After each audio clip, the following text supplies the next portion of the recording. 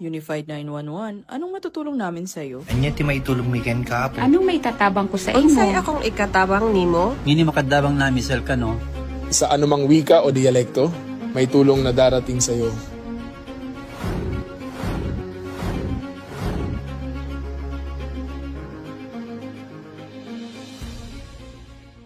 Lilingkod sa bawat Pilipino at magbibigay ng tamang impormasyon para sa tahimik at maayos na Pilipinas. Police News Network, alagad ng batas, tagapagtaguyod ng balitang pulis, sandigan ng mamamayan, patnubay ng katotohanan.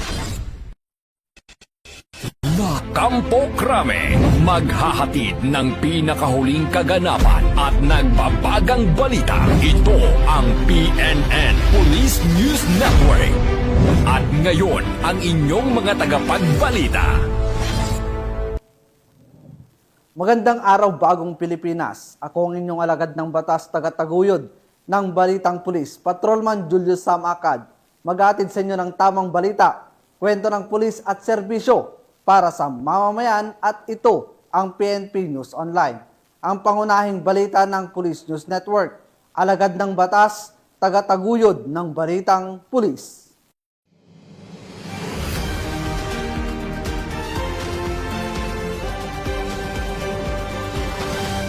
Ngayon ay araw ng linggo at narito ang mga balitang nakalap ng ating PNN correspondents sa loob ng linggong ito.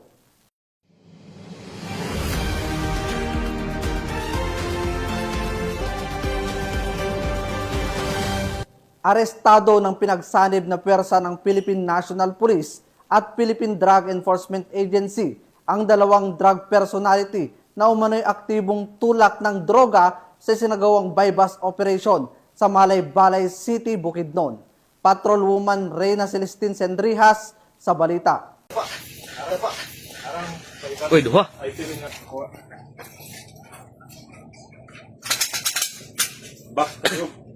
Nasa 34,500 pesos halaga na hinihinalang shabu ang nakumpiska sa dalawang individual na drug suspect sa isinagawang joint buy-bust operation ng mga operatiba ng Provincial Intelligence Unit, PDEA 10 at Malaybalay City Police Station sa Barangay 1, Malaybalay City, Bukidnon. Kamo mga arestuhon sa sala na pagbaligya og illegal nga droga under Republic Act 9165. Kamo adunay katungod sa pagpakahilom.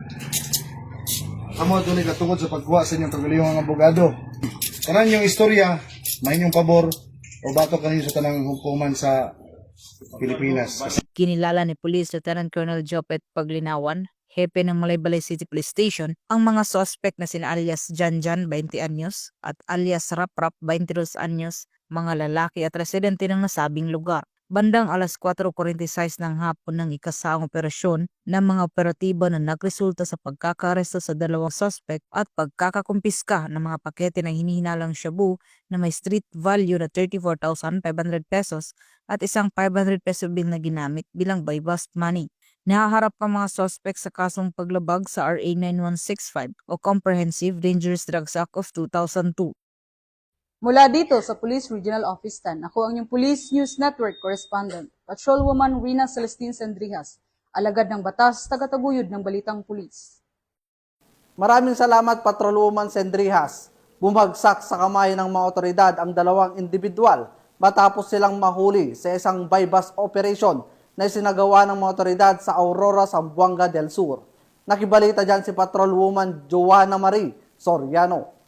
Isang 17 anyos na babae at isang 21 anyos na lalaki ang naaresto sa ikinasang anti-illegal drug buy-bust operation ng mga tauhan ng MPS, katuwang ang Zamboanga del Sur Drug Enforcement Unit at sa koordinasyon ng PDEA 9 bandang mag-aalas 6 ng umaga nitong Oktubre 7 taong kasalukuyan sa Purok Lumboy, Barangay Rumarate, Aurora, Zamboanga del Sur. Ayon sa ulat ng pulisya, isang sales lady at grade 9 student, habang ang lalaki naman ay walang trabaho at college level. Ang dalawa ay parehong residente ng Purok San Francisco, Barangay Campo 1, Aurora. Sa operasyon, nasamsam mula sa kanila ang tinatayang 5 gramo ng hinihinalang shabu na may standard drug price na higit kubo lang 34,000. Nakuha rin sa lugar ang mga sumusunod na ebidensya. Isang malaking sachet at isang medium sachet na hinihinalang shabu. Isang 1,000 peso bill na ginagamit bilang buy-bus money. 9 na piraso ng 1,000 budel money. 2 cellphone. Isang blue bag Kawasaki Badja motorcycle na walang plaka. Ang nakumpiskang droga ay dinala sa Zamboanga del Sur Forensic Unit sa Camp Abelon, Pagadian City para sa pagsusuri, habang ang mga naarestong sospek ay nasa kustodiya ng Aurora MPS para sa karampatang disposisyon. Patuloy na pinag-iigting ng kapulisan ang kampanya kontra iligal na droga upang mapanatili ang katahimikan at kaligtasan sa komunidad. Mula dito, Zamboanga Peninsula, nagbabalita, ako ang inyong PNN correspondent, Patrolwoman Joanna Marisoriano, alagad ng batas, tagataguyod ng Balitang Pulis. Maraming salamat, Patrolwoman Soriano. Nasamsamang mahigit 60,000 piso halaga ng shabu mula sa isang individual sa sinagawang buy-bus operation ng PNP sa Dato Odinsin Suwat, Maguindanao del Norte. Alamin ang detalye ng report mula kay Patrolwoman Veronica Lagi. Nasabat ang 68,000 pesos halaga ng shabu mula sa naarestong individual sa isinagawang drug buy-bus operation ng mga otoridad sa Sheriff Agwak Road, Barangay Tumantaka, Dato Odinsin Suwat, Maguindanao del Norte. Ito lamang ikadalawa ng Oktubre taong kasalukuyan. Kinilala ni Police Lieutenant Colonel Esmael A. Madin, Chief of Police ng 2 MPS, ang suspect na si alias Buds, 37 anyos na residente ng Barangay Gang Sultan, Kudarat. Matagumpay na naaresto ang suspect ng mga tauhan ng Dato Odinsin Suwat MPS at Municipal Drug Enforcement Unit matapos maaktuhang ito na gumagawa ng illegal na transaksyon ng hinihinalang shabu. Nakuha mula rito ang 18 piraso ng heat seal transparent plastic sachet na naglalaman ng pinaghihinalaang shabu na may tinatayang timbang na 10 gramo at nagkakahalagang 68,000 pesos. Isang cellphone, isang driver's license, isang motorsiklong Suzuki Rider, 500 peso bill at budel money. Ang suspect at mga nakumpiskang ebidensya ay nasa kustodiya na ng naturang istasyon para sa dokumentasyon at posibleng mahaharap sa kasong paglabag sa Republic Act 9165 o Comprehensive Dangerous Drugs Act of 2002. Ang operasyon ay isinagawa bilang bahagi ng pinaigting na kampanya ng PNP laban sa iligal na droga, partikular sa pagtutok sa mga target na personalidad na sangkot sa mga iligal na aktibidad upang mapanatili ang isang ligtas at mapayapang Bangsamoro. Mula rito sa rehiyon ng Bangsamoro, ako ang inyong Police News Network correspondent, Patrolwoman Veronica Lagi, alagad ng batas, tagataguyod ng Balitang Pulis. Maraming salamat, Patrolwoman Lagi. Nasawi ang isang pinuno ng Communist Terrorist Group matapos ang isang inkwentro sa pagitan ng mga operatiba ng PNP at AFP sa Lambunaw, Iloilo, habang isinasagawa ang paghahain ng warrant of arrest laban sa kanya. Narito ang report mula kay Patrolwoman Ledeline Bansagon. Bilang bahagi ng patuloy na kampanya ng Philippine National Police laban sa kriminalidad, terorismo at insurhensya, matagumpay na nagsagawa ng operasyon ng pinagsanib na pwersa ng PNP na nauwi sa inkwentro habang isinasagawa ang paghain ng warrant of arrest laban sa mga kilalang leader ng Communist Terrorist Group nito lamang 5 ng Oktubre taong kasalukuyan sa Barangay Gubaton, Lambunaw, Iloilo. Kinilala ni Police Captain Jose Winston Biadog, officer in charge ng Lambunaw MPS, ang mga suspect na sina alias Ted, 68 taong gulang, at residente ng Barangay San Juan Molo, Iloilo City, at alias Badong, residente ng Barangay Gubaton, Lambunaw, Iloilo.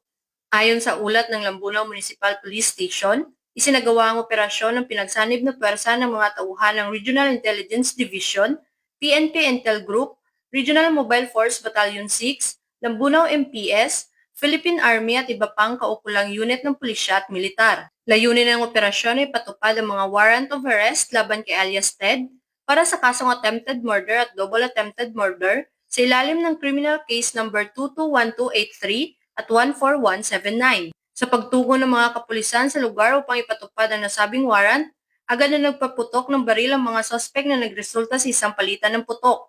Sa ensuing encounter, napatay sina alias Ted at alias Badong. Na-recover sa pinangyarihan ng insidente ang ilang armas at mga personal na gamit ng mga sospek. Ang mga ito ay dinala sa scene of the crime operatives para sa kukulang dokumentasyon at investigasyon. Kasunod ng insidente, patuloy ang investigasyon ng mga otoridad upang matukoy ang posibleng kasamahan ng mga nasabing CTG members at iba pang koneksyon ng grupo sa mga nagaganap ng insurhensya sa lalawigan.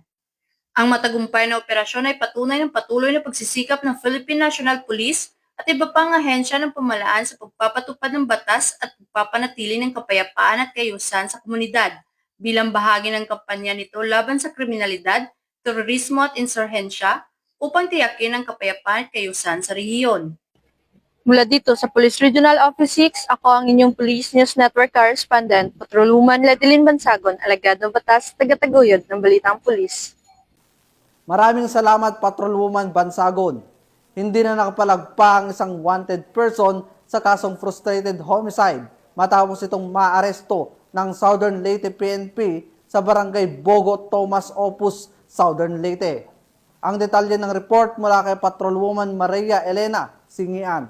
Arestado ng mga autoridad ang isang lalaking wanted person na may kasong frustrated homicide matapos mahuli sa Barangay Bugo, Tomas Opos, Southern Leyte. Naaresto ang akusado bandang alas 8:46 ng umaga ng mga tauhan ng Tomas Opos Municipal Police Station kasama ang Southern Leyte Provincial Intelligence Unit sa bisa ng warrant of arrest para sa kasong frustrated homicide na may inirekomendang piyansa na 24,000 pesos para sa pansamantalang kalayaan. Ang akusado ay dinala sa Tomas Opos MPS para sa kaukulang dokumentasyon at tamang disposisyon. Mas pinaigting ng pambansang pulisya ang kanilang operasyon sa paghuli ng mga individual na may pananagutan sa batas bilang bahagi ng patuloy na kampanya para mapanatili ang kaayusan at kapayapaan sa ating bansa.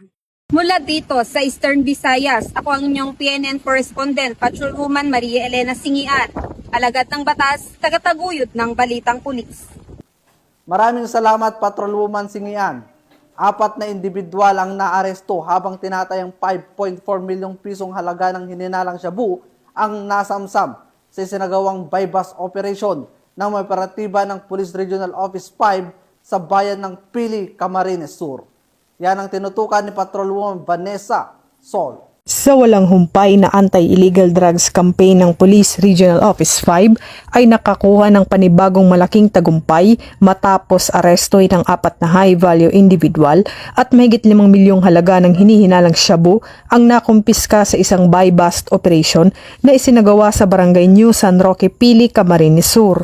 Ang operasyon na inilunsad bandang alas 5 ng hapon nito lamang Oktubre 6 taong kasalukuyan ay resulta ng maingat na surveillance at intelligence coordination ng Regional Police Drug Enforcement Unit 5 kasama ang Provincial Intelligence Unit, Pili Municipal Police Station at PIDEA Regional Office 5. Matagumpay na naaresto ng mga alagad ng batas ang 4 na sospek na kinilala sa kanilang mga alias na sina Ann, Lito, Kitty at Daniel, pawang nasa tamang edad at residente ng Dalipuga, Iligan City. Nahuli ang mga sospek na aktong nagbebenta ng illegal na droga sa isang undercover na operatiba. Nakumpiska sa mga sospek ang 800 gramo ng hinihinalang shabu na nagkakahalaga ng 5 milyong piso, kasama ang iba pang drug paraphernalia at mga ebidensya. Dinala sa Pili Municipal Police Station ang mga naarestong individual at ang mga nasamsam na ebidensya para sa dokumentasyon at tamang disposisyon.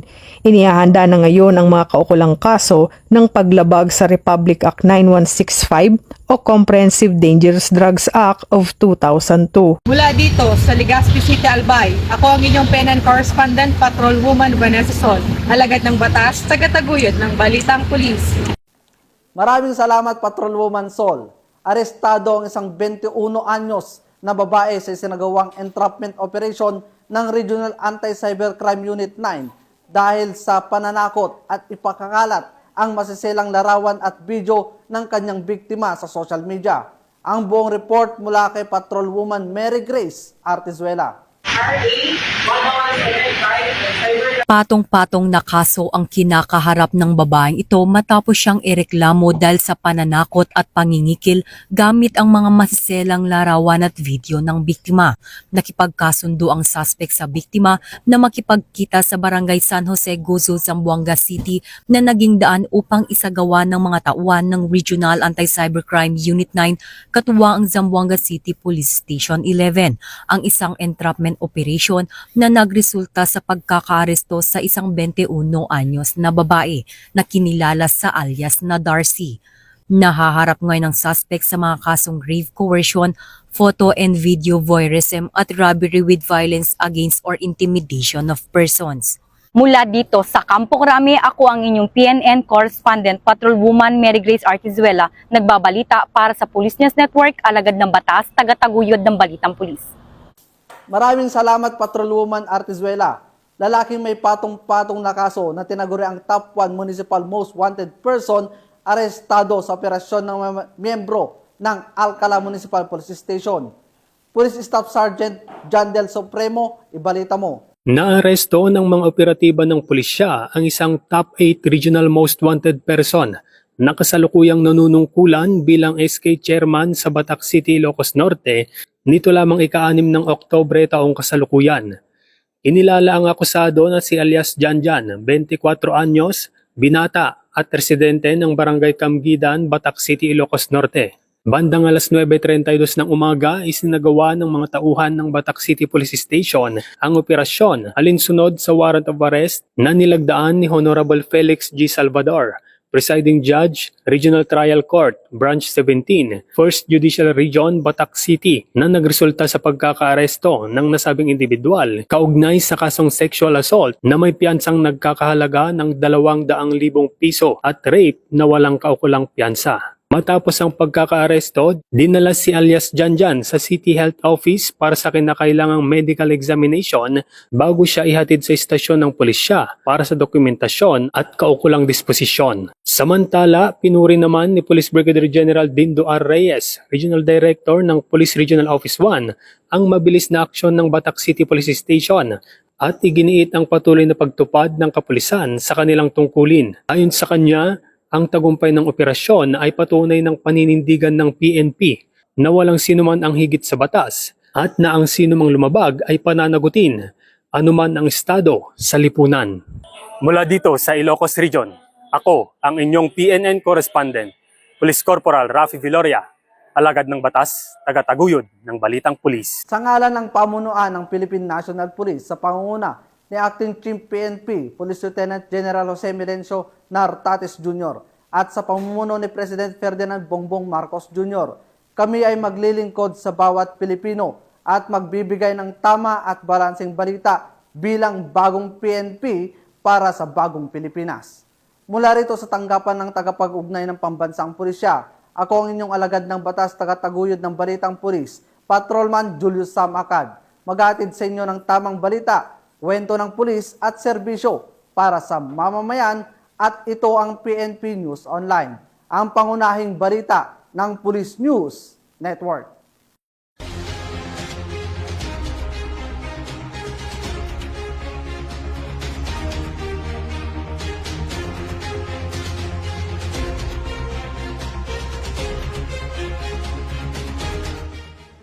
Police News Network, alagad ng batas, tagapagtaguyod ng Balitang Pulis.